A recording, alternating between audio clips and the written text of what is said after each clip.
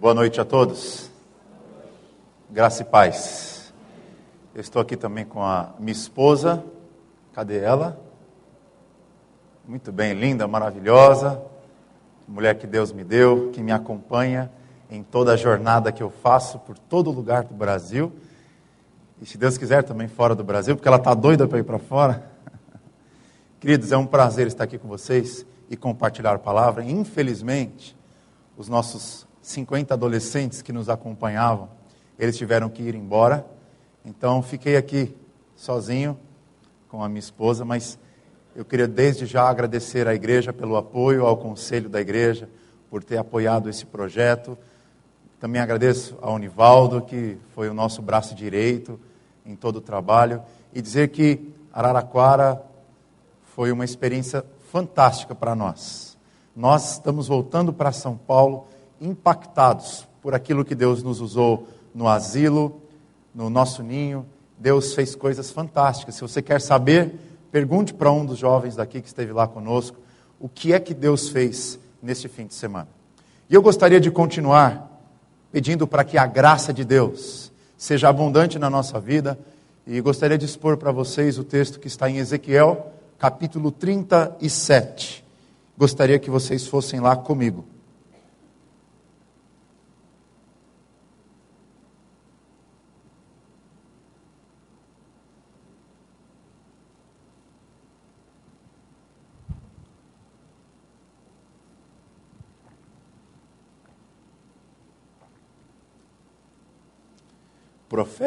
Profeta Ezequiel, capítulo 37, versos de 1 a 14.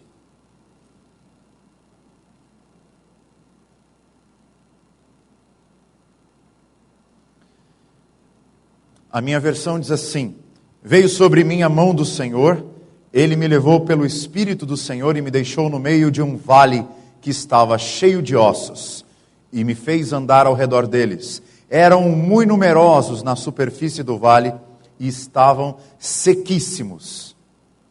E o texto continua: então me perguntou, filho do homem, acaso poderão reviver estes ossos? Respondi, Senhor Deus, tu sabes. Disse-me ele, profetiza a estes ossos. E diz-lhes, ossos secos, ouvi a palavra do Senhor. Assim diz o Senhor, Deus a estes ossos, eis que farei entrar o Espírito em vós, e vivereis. Porei tendões em vós, farei crescer sobre vós carne, sobre vós estenderei pele, e porei em vós o Espírito, e vivereis. E sabereis que eu sou o Senhor. Então profetizei, segundo me fora ordenado, e enquanto eu profetizava, houve um ruído, um barulho de ossos que batiam contra ossos e se ajuntavam, cada osso ao seu osso. Olhei, e eis que havia tendões sobre eles, e cresceram as carnes, e se estendeu a pele sobre eles, mas não havia neles o Espírito.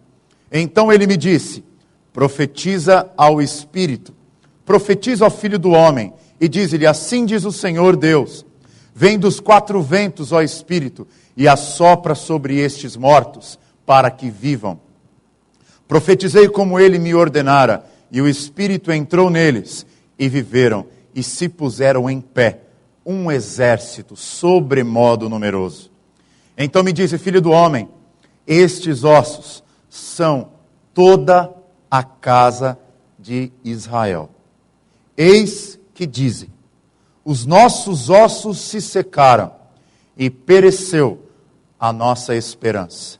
Estamos de todo exterminados. Portanto, profetiza e diz-lhes, assim diz o Senhor, eis que abrirei a vossa sepultura e vos farei sair dela, ó povo meu, e vos trarei a terra de Israel. Sabereis que eu sou o Senhor, quando eu abrir a vossa sepultura e vos fizer sair dela, ó povo meu. Porém em vós o meu espírito e vivereis, e vos estabelecerei na vossa própria terra. Então sabereis que eu, o Senhor, disse isto e o fiz, diz o Senhor. Vamos ter mais um momento de oração? Peça para Deus falar ao seu coração. Peça para Ele usar a minha vida também. E que essa noite você desfrute de um verdadeiro banquete espiritual. Pai querido, fala conosco, Deus. Usa a minha vida e que o teu povo possa ser ricamente abençoado nessa noite. Usa, Deus, esse trecho que separei da tua maravilhosa palavra e que ele possa acordar os nossos corações para nos fazer entender qual é a tua vontade para a tua igreja. Em nome de Jesus. Amém. Queridos, eu queria levar vocês rapidamente para a minha infância. Eu não sou um cara lá muito velho, diga-se de passagem. Não vou revelar minha identidade. Não vou revelar quantos anos eu tenho, para não causar espanto a vocês. Mas pode ver que eu sou um cara novo, não é? E eu lembro quando eu tinha os meus 12 anos, eu ainda não era convertido. Só fui aceitar Jesus e crer nele com 14 anos. E quando eu tinha 12 anos, eu tinha um mau hábito terrível, que gostaria de confessar a vocês. E o mau hábito era de assistir esse filme aqui, ó. Chuck, o boneco assassino. E eu tinha um mau hábito de gostar de ver filmes de terror à noite, escondido da minha mãe. E fiz isso por alguns meses, algum tempo da minha vida. E eu achava que minha mãe não sabia. E eu assistia esse filme e ficava com muito medo. Mas então criava coragem, depois da terceira vez que assistia, e já não tinha mais medo dele. Então pulava, um amigo meu disse, por que você não sai desse filme infantil e vai para um filme mais pesado? Então ele me recomendou esse aqui, A Noite dos Mortos-Vivos. Queridos, eu tive pesadelos por noites. Noites e noites, molhando os lençóis da minha cama. Mas chegou um tempo que eu não tinha mais medo desse filme. Então um amigo me apresentou outro muito pior, só que disse que eu teria que vê-lo à meia-noite. Sozinho. E o filme era esse aqui. Eu tive um ataque. Quando eu vi aquela mocinha virando o pescoço e vomitando, parecia que era comigo e eu comecei a ficar perturbado. Eu saí do meu quarto, fui correndo para o quarto da minha mãe e disse para ela, mamãe, nunca mais eu durmo na minha cama novamente. Falei, o que foi, meu filho? Mãe, eu estou vendo filme de terror, eu estou com medo, não aguento mais. Eu vejo homens, vejo mulheres, tem gente vomitando em cima de mim. Não quero mais dormir no meu quarto, vou dormir aqui. Então comecei a dormir com a minha mãe. E meu pai do outro lado. Um menino de 12 anos, já tinha 1,80 naquela época. E aí, gente, depois de 2 semanas, com minha mãe sem dormir, ela então me disse umas palavras muito sérias. Ela falou assim, filho, você sai da minha cama, volta para a sua cama e nunca mais você vai dormir comigo novamente. Falei, mãe, por quê? Mãe, eu vou ver vultos, eu vou ver coisas ruins à noite, deixa eu dormir com a senhora. Então ela me disse essa frase, filho, a vida humana tem mais cenas de horror do que os filmes de terror. A vida humana, as dificuldades da vida, tem mais cenas de horror do que os filmes de terror. Então, depois disso, venci aquele problema e nunca mais assisti esses filmes, nunca mais gostei, mas nunca mais também tive medo. E quando eu olho para esse texto de Ezequiel 37, eu vejo uma coisa parecida. Porque Deus quer mostrar para o seu profeta Ezequiel que a vida espiritual do seu próprio povo, o povo de Israel, tinha virado a semelhança do que contei, um verdadeiro filme de terror. A vida espiritual do povo de Deus era como um filme de terror. E como é que Deus mostrou isso para o seu profeta? Deus decidiu levar Ezequiel para um cemitério.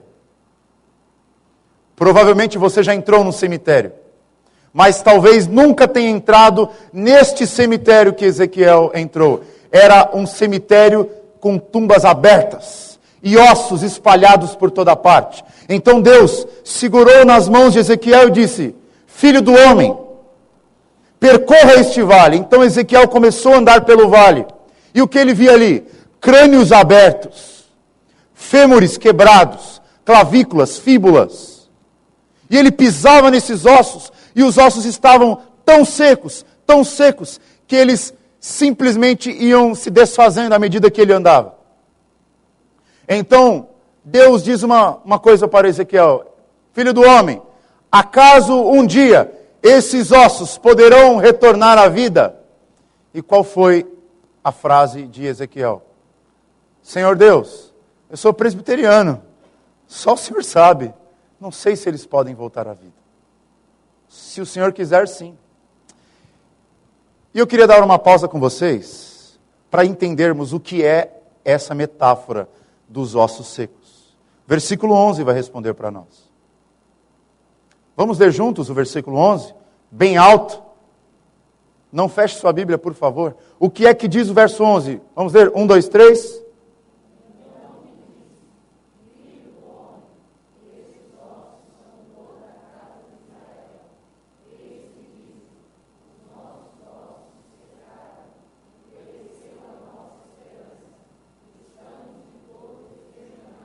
O que é que o povo de Deus está reclamando para Deus? Deus, nós estamos mortos. E Deus diz para Ezequiel: Ezequiel, esses ossos que você pisou, esse cemitério, é o meu povo. É o povo pelo qual você foi chamado a ser líder. O meu povo é como ossos secos. Em outras palavras, Deus está dizendo que o povo de Israel é um cadáver e foi enterrado num cemitério. E aqui outra pergunta: o que é esse vale? Ossos nós já sabemos o que é. Os ossos são o povo de Deus, o povo de Israel, a casa de Israel. Mas o que é o cemitério? O que é o vale? O vale é a Babilônia. Babilônia, a terra dos cananeus. Porque foi lá que o povo de Deus foi capturado quando Nabucodonosor, no século VII e século VI, invadiu Jerusalém, capturou pouco a pouco. Primeiro ele levou os reis, os sábios, Daniel, levou os seus 3 amigos, os sábios, a nata intelectual de Israel. Depois levou o rei Joaquim, depois levou Ezequiel e os outros profetas. Ezequiel foi um profeta que viveu dentro da Babilônia. E por fim levou a massa, levou o povo todo em 587. E toda a nação de Israel foi para a Babilônia. Ficaram só algumas mulheres, viúvas e crianças pequenas. Então lá na Babilônia, num cemitério, o povo de Israel está dizendo: nós somos como ossos secos, mortos, e não temos mais esperança de voltar para a nossa terra. E aí, a minha conclusão, queridos, é que a vida espiritual de Israel está morta. Eles não têm mais vontade de adorar. Se você ler o Salmo 137, junto aos rios da Babilônia, nós chorávamos e penduramos, como a nossa irmã aqui, pendurou ali o instrumento nos salgueiros que ali havia, sem vontade de adorar. E os babilônios que ali estavam nos pediam canções. Diziam: cantem-nos um cântico de Sião. E o que eles diziam? Como poderemos cantar um cântico ao Senhor estando numa terra estranha? Não estão mais no templo, não estão mais na sua terra, não tem mais adoração, não tem mais o rei, não tem mais o templo, não tem mais o palácio, não tem mais sacerdote, não tem mais profeta. Eles estão completamente abandonados numa terra estranha, sem esperança de que um dia voltarão a ser aquela velha nação dos tempos áureos de Davi. E aí eu fico me perguntando, queridos, se isso que aconteceu com o povo de Deus, muitas vezes, não é o que acontece conosco. Qual foi a razão que eles foram para a Babilônia? Qual foi a motivação que Deus enviou Nabucodonosor e as suas tropas para que capturassem o povo de Deus e levassem cativos para o povo cananeu? Olha esse texto, logo no capítulo anterior. Ezequiel está dizendo: quando os da casa de Israel habitavam em sua terra, eles a contaminaram com os seus caminhos e as suas ações, como a imundícia de uma mulher em sua menstruação. Tal era o seu caminho perante mim. Derramei, pois, o meu furor sobre eles, por causa do sangue que derramaram sobre a terra e por causa dos seus ídolos com que a contaminaram. Deixa eu dizer para vocês, qual foi a razão que Deus levantou Nabucodonosor e levou o povo de Deus para o cemitério da Babilônia? Foram os ídolos. E tinham 3 ídolos específicos daquela época que fizeram a cabeça de Israel. O primeiro vocês devem conhecer, era Baal. Era o Deus do vento, do trovão e da tempestade. Era o Deus da chuva. E o que é que Baal fazia? Baal era o Deus que tinha os seus adoradores, e os seus adoradores clamavam para que chovesse. Ora, viviam numa terra seca como Israel, deserto. E quando não tem comida, quando não chove, o que é que você faz? Você clama a Deus. Deus abençoa, como nós lemos aqui o texto. Seja gracioso sobre nós e nos abençoe. A terra deu seu fruto. Mas sabe o que o povo de Israel fazia quando a colheita não vinha? E quando a chuva não vinha? Eles faziam como os outros povos. Armavam fogueiras, ficavam dando voltas sobre elas e adoravam a Baal. E por quê? Se tivessem chuva, teriam colheita. Se tivessem colheita, teriam abundância. Teriam muito, teriam fartura. Então Baal era um atalho fácil para a prosperidade. Baal era um atalho fácil para o sustento, para a provisão. Então eles rotineiramente recorriam a Baal quando as coisas apertavam. E aí o texto fala que eles oprimiam os pobres. Quando o dinheiro não via, quando a colheita não chegava, eles aumentavam os impostos dos pobres.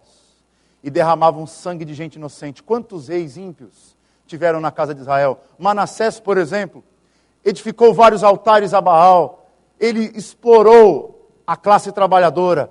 Quantas vezes na história de Israel o pobre foi explorado para que o rico fosse sobrevivente na terra? Então, esse foi um ídolo da época. Ou o segundo ídolo foi essa moça, que era filha de Baal, a deusa Astarte, e era uma deusa da sensualidade. Era conhecida como a deusa da fertilidade. Ela tinha vários templos dedicados a ela, e nesses templos, homens e mulheres se inflamavam na sua sensualidade, cometendo orgias sexuais. O culto à divindade da fertilidade. E ali, homens e mulheres tinham relações e tinham filhos que não eram os seus filhos criados naturalmente, faziam orgias. E por quê? Busca de satisfação. Quantos casamentos desfeitos nos cultos a Astarte. E o povo de Israel começou a se meter com essas coisas. E o povo também se meteu com outro deus, cananeu chamado Moloque, que é da onde veio a expressão moleque, tão conhecida da gente, que significa uma criança, um moleque. O que era o deus Moloque? Era um deus metade homem com cabeça de boi, com 2 chifres, que tinha no seu ventre uma fornalha, no qual as pessoas, querendo purificação de seus pecados, entregavam os seus recém-nascidos, suas crianças pequenininhas, para serem queimadas vivas. E o arqueólogo William Foxell Walbright encontrou nas regiões de Canaã, inclusive nas regiões de Israel, muitos crânios de criancinhas enterradas, bem preservadas. O povo de Deus queimou os seus filhos vivos no altar a Moloque. O povo de Deus encontraram, por exemplo, arqueólogos, estatuetas de Astarte soterradas sobre o templo de Israel. Ídolos como Baal. O povo de Deus se misturou com idolatria, com toda sorte de imoralidade, com toda sorte de corrupção e de cobiça. Então Deus julgou o seu povo, enviou os babilônios, e eles foram desterrados. Eles saíram da sua nação e ficaram presos em outra terra. Mas eu fico perguntando, gente, será que a vida espiritual de muitas igrejas, de muitas pessoas, não continua do mesmo jeito? Nós dizemos que somos povo de Deus, mas onde é que está a realização do nosso coração? Está em Baal, está numa colheita farta, está no dinheiro. Muitos homens e mulheres dizem que adoram a Deus, mas os índices de divórcio e adultério entre os evangélicos não é muito diferente dos índices de divórcio e adultério dos não evangélicos. Nós dizemos que nós adoramos a Deus, mas Quem cria os nossos filhos? Babás, escolas, pais e mães que trabalham um dia inteiro e não dedicam tempo para os seus filhos, que são educados e doutrinados pela televisão, pela mídia e pelas escolas. E aí quando os filhos começam a ficar mais velhos, ele não quer mais vir à igreja. Nós estamos entregando nossos filhos a Moloque. A igreja evangélica se entregou para Astarte, porque é uma igreja sensual, é uma igreja imoral, e nós somos conhecidos pelo mundo como corruptos. Deputado, recém-descoberta essa notícia, Eduardo Cunha, evangélico, com muito dinheiro na Suíça escondido.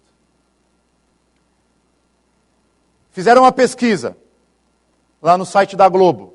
A pesquisa era a seguinte: quais são as classes ou os profissionais mais odiados pelo povo brasileiro? São 3 P's: pastor, policial e político. Você vai comprar um carro, se você é pastor, você tem que... A última coisa que você pode falar para um cara para vender seu carro é que você é pastor. Porque pastor não paga. Tempos esses que nós vivemos. E aí eu queria contar uma história para vocês de como o nosso mundo continua sendo esse cemitério. O nosso mundo continua correndo atrás desses deuses falsos. Uma vez eu estava na Avenida Paulista, lá bem no centro da cidade de São Paulo, perto do metrô, indo para uma livraria, e uma senhora muito elegante, estava caminhando com uma de suas bolsas, uma marca muito conhecida, Louis Vuitton, para nós assim da zona leste de São Paulo, Louis Vuitton, e ela caminhava assim, com a sua bolsa.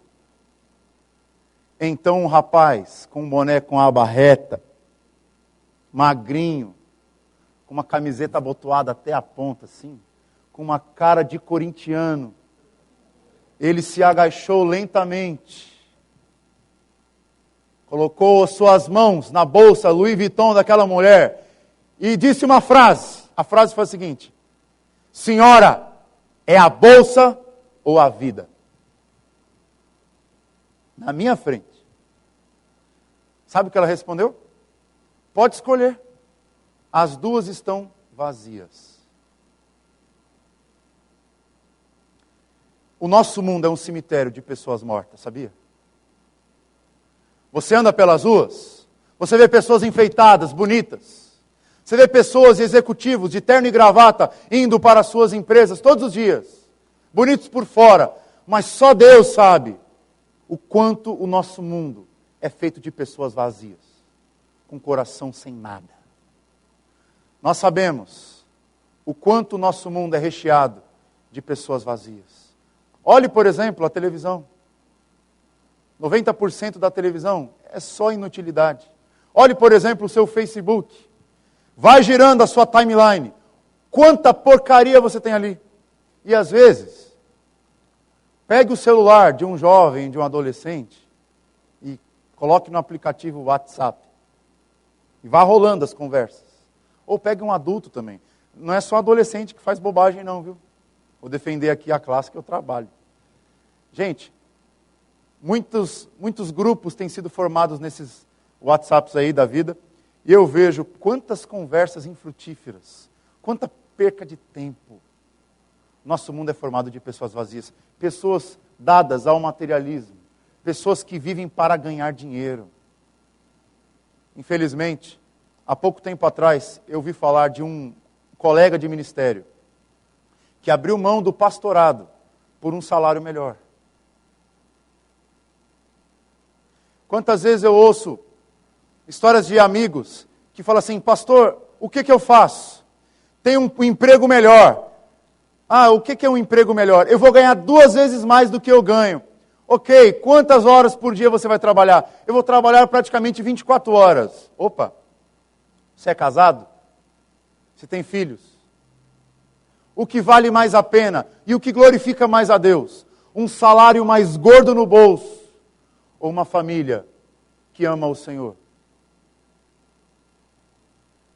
Pais que trabalham 24 horas por dia não dão atenção para os seus filhos. Mães dadas ao mercado de trabalho, que não dão atenção para o marido. E aí vai, gente. Filhos que crescem sem ter no pai e na mãe referenciais de exemplo cristão. Trabalham demais. Nós queremos dinheiro. Nós somos uma geração dada ao dinheiro. Mas também, nós somos uma geração sensual. Uma sensualidade terrível. Você vai dirigir em qualquer estrada, outdoors de mulheres seminuas. Você liga a televisão, passa os canais, os comerciais só falam disso. E infelizmente, a última vez que trabalho com jovens, cheio de estatísticas, a última estatística que foi feita sobre jovens e adolescentes das nossas igrejas, 46%, preste atenção, 46% dos jovens evangélicos, metodistas, batistas, presbiterianos, Assembleia de Deus, 46% têm vida sexual ativa antes do casamento. Uma geração sensual. Uma geração entregue à imoralidade. O divórcio nas igrejas evangélicas está beirando, no Brasil é 35%, 37% a média. Na igreja evangélica já é 35%, 34%. O que está acontecendo conosco? Nós somos como ossos secos. Nós estamos num cemitério espiritual. A nossa igreja evangélica precisa de um avivamento urgente. Nós precisamos de igrejas mais sérias, urgentes. Nós precisamos de crianças, adolescentes, jovens, adultos, que se levantem nas suas igrejas, se levantem nos lugares onde moram e comecem a viver um cristianismo radical. Precisamos urgente disso, queridos. Falei, individualismo. Ninguém mais quer saber de família. Quantas vezes aparecem jovens de outras igrejas, pessoas que me enviam e-mails, casais que casam com 30, 32 anos, e eu pergunto, e você quer ter filhos? Filhos? Eu quero curtir a vida. Para que filhos? Filho é despesa. Filho é dor de cabeça. Mas quando você lê a Bíblia no Salmo 127, o que diz sobre filhos? Filho é herança. Opa, então, filho dá dinheiro. Se bem que para alguns perde, né? Mas a promessa é que vai dar. Se cuidar bem, dá. É herança do Senhor são os filhos. E mais, são como flechas na mão do guerreiro. Quando lutar à porta com os inimigos, não será envergonhado. Filhos são bênção de Deus. Mas nós somos uma geração individualista. E entrou na igreja também. Casais, jovens, que querem casar, querem ir para a Europa, querem viajar, mas não querem saber de família. Estatística de evangélicos que mandam seus avós para asilos é quase a mesma dos não evangélicos. O que é que está acontecendo com a vida espiritual das nossas igrejas? Parece que nós precisamos de Ezequiel mais uma vez, para profetizar para nós e dizermos que nós estamos num vale de ossos secos. Queridos, igrejas continuam correndo atrás de deuses falsos. Homens e mulheres de Deus continuam em caminhos errados. E eu queria fazer uma pergunta para vocês. Foi aí que Deus parou com Ezequiel? A morte foi a última palavra para Ezequiel? Não. Deus disse, filho do homem, profetiza a esses ossos. Deixa eu dizer uma coisa para você. Imagine que você é Ezequiel. E Deus te coloca num cemitério, com as tumbas abertas e as ossadas à mostra. Então Deus diz para você, Ezequiel, fale com os mortos, fale com esses ossos, para que eles voltem à vida. O que você ia fazer? Com certeza, Senhor, vou falar com os mortos. Exatamente assim como eu me sinto às vezes como pastor, falando com igrejas mortas. Como Ezequiel. Você fala, falta amor por Deus. Falta desejo pela palavra, não é? Nós temos a Bíblia dentro da nossa casa, e quando que a gente lê? Nós temos Deus à disposição, o véu se rasgou. Jesus Cristo está completamente acessível a nós. Quanto tempo do nosso dia nós paramos para orar? Você aconselha um adolescente, um jovem, a namorar alguém no Senhor, uma pessoa de Deus. Você vira as costas, a pessoa está com pessoas do mundo. Você conversa com homens empresários que estão sonegando imposto de renda. Você fala, rapaz, muda. O cara responde, se eu não fizer isso, eu não vou lucrar na minha empresa. Você fala para o outro, rapaz, cuidado com esses cheques a mais que você está ganhando, que não está declarando. Olha, se eu não fizer isso, eu vou ser mandado embora da minha empresa. Nós vamos ser igual ao mundo? E às vezes é assim que nós nos sentimos. Nós falamos com as pessoas, mas parece que estamos falando com ossos secos. E a igreja se transformou num cemitério. E o que Deus quer de nós? E o que Deus prometeu para o profeta? Deus prometeu uma outra coisa para o profeta Ezequiel. Ele prometeu que iria ressuscitar a vida do seu povo. Ele prometeu que do monte daqueles ossos secos se levantaria um exército de homens e mulheres preparados para a batalha e preparados para conquistar o mundo com o Evangelho.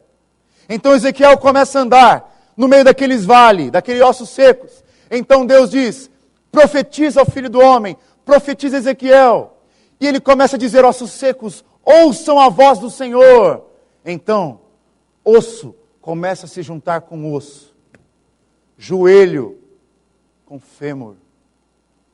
Clavículas, pescoço, costelas começam a se debater. E aquela aula de anatomia tenebrosa começa a se juntar, aqueles ossos que antes estavam secos e quebrados, começa a se juntar e uma multidão de esqueletos aparece naquele cemitério, naquele vale. Então Deus diz, Ezequiel profetiza mais uma vez. E Ezequiel fala, ouçam a voz do Senhor. Então, músculos e tendões começam a aparecer sobre aqueles ossos. Os órgãos vão sendo esculpidos, o coração, o fígado, o pâncreas, o intestino. Então, a pele cobre aqueles corpos, estão ali. Mas falta uma coisa, porque já não são mais ossos secos, eles já são ossos firmes, já tem carne, já tem órgãos, já tem pele, mas ainda não tem o quê?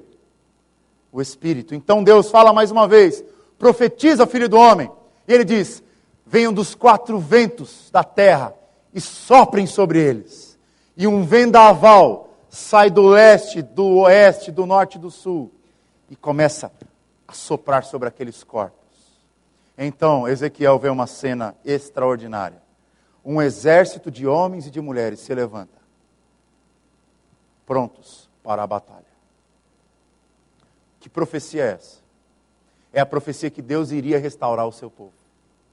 É a profecia de que o povo não ficaria morto no pecado para sempre.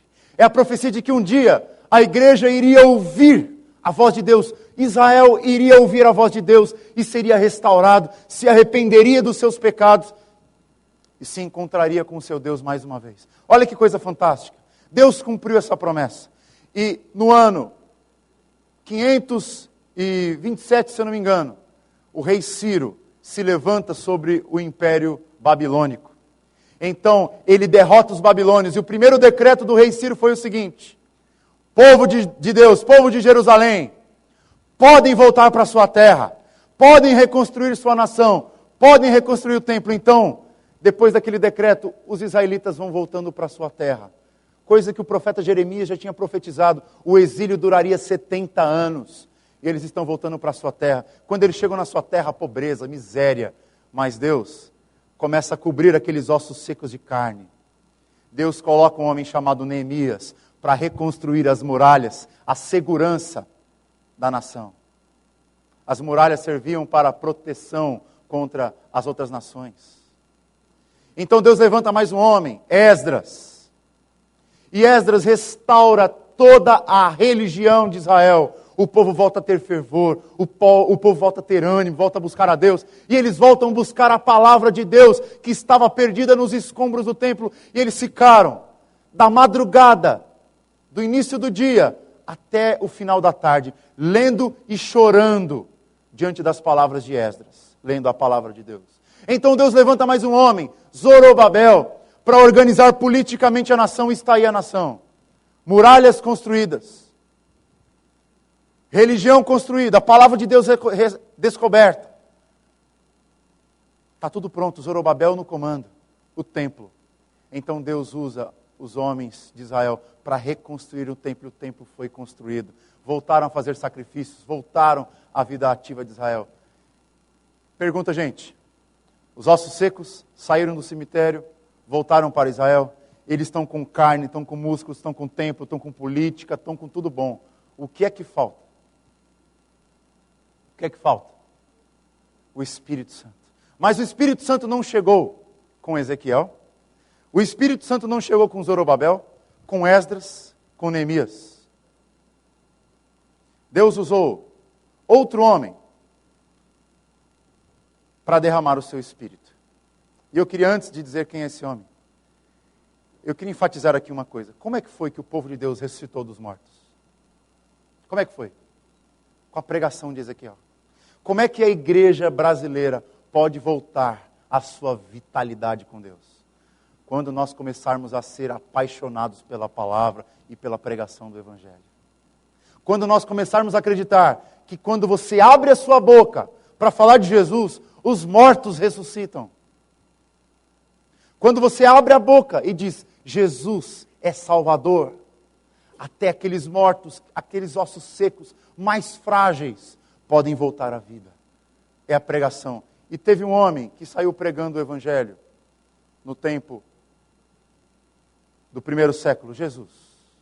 E ele, como Ezequiel, um profeta, mas diferente de Ezequiel, ele não viu o cemitério do lado de fora. Jesus foi aquele que entrou no cemitério pelo lado de dentro. Jesus Cristo é o profeta que Ezequiel tanto sonhou em ver. Jesus é aquele que cumpriria a promessa de que traria o seu povo de volta para os caminhos do Senhor. Jesus é um paralelo perfeito de Ezequiel. Jesus também visitou o cemitério, mas ele viu o cemitério do lado de dentro. E mais, gente, o nosso Senhor Jesus passou pelo vale da morte, passou pelo vale dos ossos secos, sua pele foi arrancada, seus tendões machucados, e mesmo sem ter um osso quebrado, ele morreu a nossa morte. Jesus experimentou o sabor amargo da morte, para que nós pudéssemos experimentar o sabor gostoso da vida. E quando ele morreu, ficou 2 dias no ventre da terra, ressuscitou dos mortos, com todo o poder e glória, subiu aos céus e derramou o seu Espírito sobre a sua igreja. Em Atos 2, o que acontece com a igreja? Uma igreja fraca, pequena, recebe o Espírito Santo e apenas um dia de pregação do Evangelho, o que acontece? 3.000 pessoas saem das suas tumbas da morte e se encontram com a vida em Cristo. Depois de pouco tempo, 5.000 pessoas. E a igreja continuou a pregar esse Evangelho por toda parte. E Deus mandava o seu Espírito, Deus mandava a sua glória, e pessoas saíam da morte e se convertiam. Até que em Atos 28, último capítulo do livro de Atos, Paulo está preso em Roma, 32 anos. A igreja saiu de Jerusalém e alcançou a Itália. O que é isso? Deus cumprindo a sua promessa de que restauraria Israel. Quem é o Israel restaurado? A igreja. A igreja é o povo de Deus.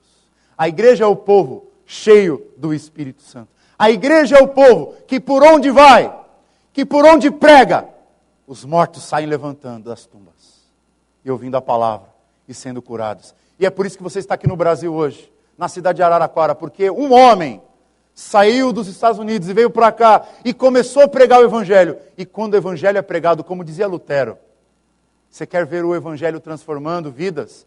Entenda, o Evangelho é como um leão dentro de uma jaula. Abra a jaula e ele faz todo o trabalho. Comece a falar de Jesus. Você vai ver pessoas saindo dos cemitérios da vida e encontrando com a vida. E eu queria contar uma história de um homem que vivia num cemitério como um osso seco e foi salvo pela graça do nosso Senhor. Minha família é uma família muito grande. Minha avó teve 13 filhos. E meu avô era um grande fazendeiro nas Minas Gerais. Tinha muitas fazendas, tinha muito gado. E teve muitos filhos. E o primeiro filho, o primogênito, meu tio Mauro, era um homem completamente diferente do meu avô. Ele simplesmente investiu toda a grana do meu avô em 3 coisas: mulheres, forró e cachaça. A vida inteira, ele gastou toda a grana do meu avô em forró, mulher e cachaça. Teve muitos filhos, não teve nenhuma mulher fixa, teve filhos com mais de 6 mulheres diferentes. A última contagem que nós fizemos, o meu tio tinha passado o meu avô, tinha mais de 16 filhos. Filhos na Bahia, filhos no Paraná, filhos em São Paulo, filhos em Recife, por toda parte aquele homem saiu semeando. Até que, depois de muita cachaça, de muito forró e de muita mulher, ele foi parar na cidade de São Paulo, na casa da minha avó, que tinha saído de Minas, foi para São Paulo, falidos, e veio pedir abrigo. Meu tio estava com 64 anos. 64 anos, no corpo de 1,85, com 32 quilos. Sem dinheiro, sem mulher, com mais de 16 filhos para sustentar. Minha família se reuniu, o que nós vamos fazer com esse homem? Todos unânimes. Deixa ele sozinho. Deixa ele pagar por tudo aquilo que ele fez. Afinal, é o que ele merece. Apenas uma mulher decidiu olhar para ele com misericórdia. Adivinha? Minha mãe. E lá em casa só tinha 2 dormitórios. Adivinha onde ele foi dormir? Na minha cama. Não podia mais ver desenho à noite, porque era um garoto adolescente, de 16, 17 anos. Não podia mais ter minha privacidade, porque ele tinha sono leve. Tive que dormir no sofá. 8 meses dormindo no sofá.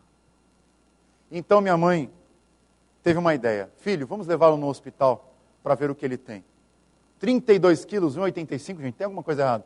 Foi no médico, fizeram uma biópsia do corpo todo e descobriram que só do pescoço para cima ele tinha mais de 8 tipos de câncer. E a língua dele estava completamente destruída. Então ele teve que cortar a língua. E quando corta a língua, o que acontece? Ele para de falar. Meu tio parou de falar. 32 quilos. Mais de 8 tipos de câncer. O médico deu 6 meses de vida para ele. Ele estaria morto. Sem língua, sem peso, sem vida, esperando apenas a morte e os 6 meses se completarem. Minha mãe teve uma ideia mais uma vez. Filho, por que nós não levamos ele na igreja? Falei, mãe, levá-lo na igreja para quê? Esse cara é um osso seco. Esse cara nunca quis saber de Deus a vida inteira. Esse homem não quer saber de Deus. Esse homem só buscou forró, cachaça e mulher. Esse homem não merece nada disso.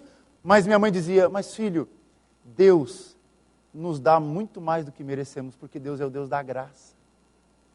Vamos cuidar do nosso tio. Então ela decidiu levar o meu tio para a igreja. E na época, minha mãe não era da igreja presbiteriana, eu já era da igreja da Penha. Nós levamos ele para a igreja da minha mãe. E minha igreja da minha mãe é um negócio complicado. Eu não gostava muito de ir lá, porque lá eles pregavam o evangelho da prosperidade. E todas as vezes que eu fui na igreja da minha mãe, um homem se levantou no púlpito e pregou que você tinha que ficar rico. E minha mãe deu muito dinheiro para aqueles homens. Eu falei, mãe, você vai levar o tio Mauro para a sua igreja, para ele ouvir o evangelho da prosperidade? Não, filho, eu creio, Deus vai fazer uma obra no coração do tio Mauro. E levamos. Eu fiquei acompanhando o tio Mauro, chegando lá na igreja, teve o louvor, começou a palavra. E pela primeira vez na minha vida, que estava naquela igreja, um homem se levantou naquele púlpito e não pregou o evangelho da prosperidade. Pregou o evangelho da cruz. Pregou o evangelho de que o homem é pecador, mas que Cristo derrama sobre nós a sua maravilhosa graça. E ele então disse, se tem alguma pessoa aqui hoje que viveu a sua vida inteira no pecado, desagradando ao Senhor, desonrando sua família e jogando a sua vida na lata do lixo e gostaria de entregar a sua vida para Cristo, vem aqui, nós vamos orar com você. E meu tio começou a me cutucar, eu falei, o que foi, tio, quer ir ao banheiro? Falei, o que foi, tio, você está com problema aí, o que foi, a bexiga, não sei. Ele não falava e eu não entendia. Aí minha mãe olhou para mim assim, com uma cara brava, Assim, ele quer entregar a vida para Jesus, miserável. Vai levar seu tio lá na frente. Então segurei a mão do meu tio e não acreditando no que estava acontecendo. Eu falei, isso aqui deve ser um teatro. Isso aqui é mentira. Quando chegou lá na frente, o pastor perguntou, qual é o nome dele? O nome dele é Mauro. E Mauro foi a pior pessoa que você pode imaginar que ele poderia ser. E o que o Mauro quer fazer? Olha, eu não sei, né? Pergunta para ele. E ele não falava. E aí Deus me pegou de surpresa. Agora eu queria dar uma pausa aqui com vocês. Não sei se você é presbiteriano demais para aceitar o que eu vou dizer, mas eu vou dizer. Naquele momento, o meu tio começou a falar. Só que o que ele falava era o seguinte, Jesus me salva. E ele começou a gritar, Jesus me salva, naquela igreja, sem língua. E aí eu comecei a chorar e falei, Deus, me perdoa, eu sou pecador. Desacreditei do teu poder. Desacreditei da tua graça. E lá naquela igreja não tem classe de discipulado, catecúmenos, é o seguinte, creu, água. Pegaram, colocaram roupa de anjinho no meu tio, foi no vestiário, colocou a roupa de anjinho, levamos ele lá para a piscina e eu mergulhei junto com ele. E aí o pastor disse assim, olha Mauro, você foi salvo por Jesus. Você recebeu Jesus, Ele te salvou e Ele vai transformar o seu coração. E esse símbolo significa que você, quando entrar na água, lá eles mergulhavam mesmo. Quando você entrar na água, significa que você morreu para você, para o teu passado. E quando você subir, que você nasceu de novo. E você é uma nova vida. Então meu tio foi mergulhado. E quase foi afogado, coitado. Que não sabia nadar. Mas quando ele se levantou, gente, com muito custo, com o rosto molhado de água, ele deu um sorriso. O sorriso mais lindo que eu vi na minha vida. É verdade, ele tinha apenas 2 dentes. Mas o sorriso mais lindo que eu já vi na minha vida. Porque era o sorriso de alguém que estava morto por 64 anos e ressuscitou. É isso que Jesus faz quando nós pregamos a palavra. Ele ressuscita pessoas mortas e faz com que elas deem os sorrisos mais lindos da vida. Meu tio voltou para casa. Pedi perdão por ter reclamado de não estar mais no meu quarto. Comecei a reavaliar a minha vida. E aí, sobrou uma coisa do tio Mauro que ele ganhou da igreja. Lá na igreja, quando alguém é batizado, ele ganha um diplominha. O diplominha está escrito assim, ó, Mauro Lima, morto desde o ano tal, tal, tal, nasceu de novo, no dia tal, tal, tal. E embaixo, João 3,16. Porque Deus amou o mundo de tal maneira que deu o seu Filho unigênito, para que todo aquele que nele crê não pereça, mas tenha vida eterna. Gente, meu tio voltou a sorrir. Meu tio voltou a ser alegre. Meu tio voltou, inclusive, a me abraçar, mas nunca mais falou. Só falou naquele culto. A misericórdia de Deus também foi assim. Só no culto. Nunca mais voltou a falar. E eu lembro, como se fosse ontem, 3 tias foram visitar o nosso tio Mauro. E chegaram lá, obviamente não falava, não podia dizer como que estava a vida, mas ele apontava para o criado mudo. E o que tinha em cima do criado mudo? O diploma que ele ganhou na igreja.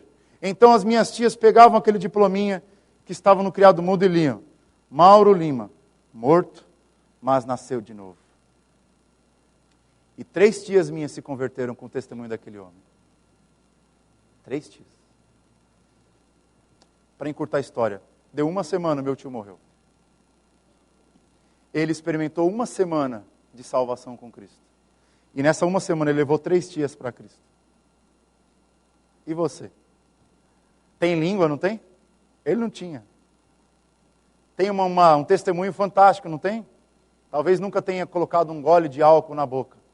Mas não é isso que faz com que nós atraiamos vidas para Cristo. Sabe o que é? É quando nós tomamos coragem, abrimos a nossa boca e falamos de Jesus. E quando um pecador ouve sobre Jesus, ele pode ter 2 reações. A primeira, não quero saber. Quero continuar a minha vida assim. A segunda, ele vai ouvir uma voz direto lá da tumba onde ele estava. E vai sair dos mortos. e vai nascer de novo. Você crê no poder da pregação? Você crê no poder que está no nome de Jesus?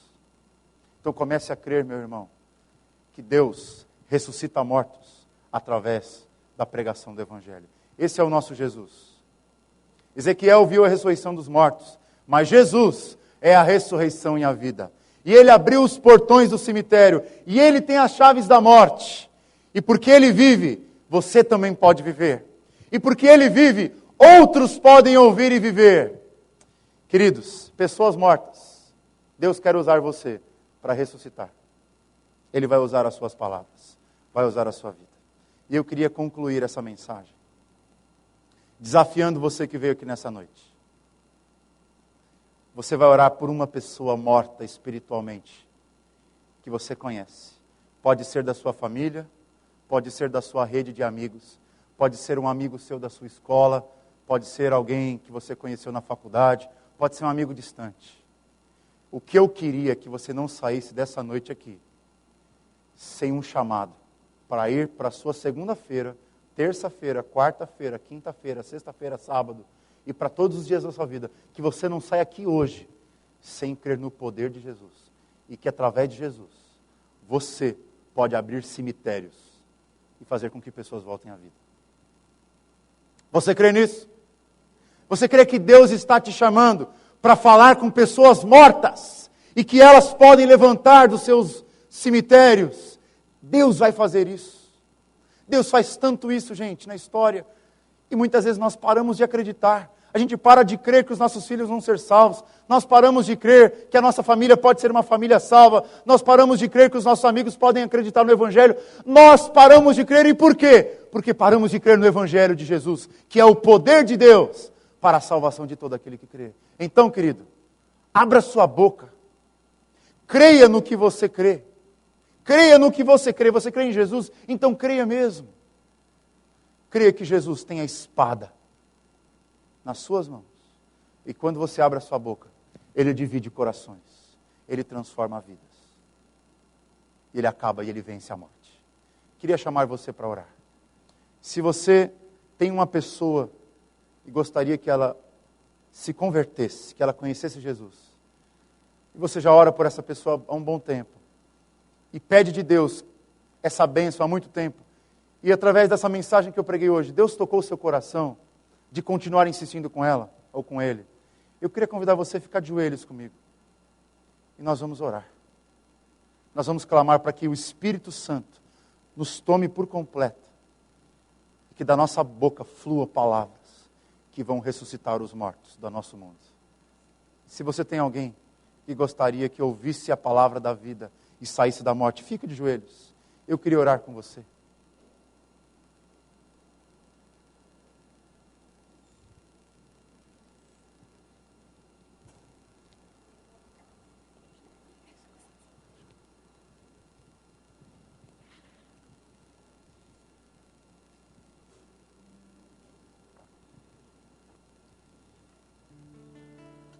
Tantas pessoas que você conhece, não é? Que passam ao teu lado todos os dias, com um sorriso estampado no rosto, mas talvez com a alma morta por dentro. E sabe, você tem a chave que pode abrir essa alma, porque você tem Cristo Jesus. Ele tem as chaves da vida. E quando Jesus toca em um coração, não há coração tão duro que possa resistir à graça irresistível de Deus. Então não tenha vergonha de dizer que o seu Jesus salva. Não tenha vergonha de dizer para um pecador mergulhado na lama dos seus pecados que Jesus pode purificá-lo. Que Jesus pode restaurar. Que Jesus pode arrancar as raízes da morte de qualquer coração. Não tenha medo. Ore por essas pessoas. Porque Ele vive, posso crer no amanhã. Porque Ele vive, temor não há.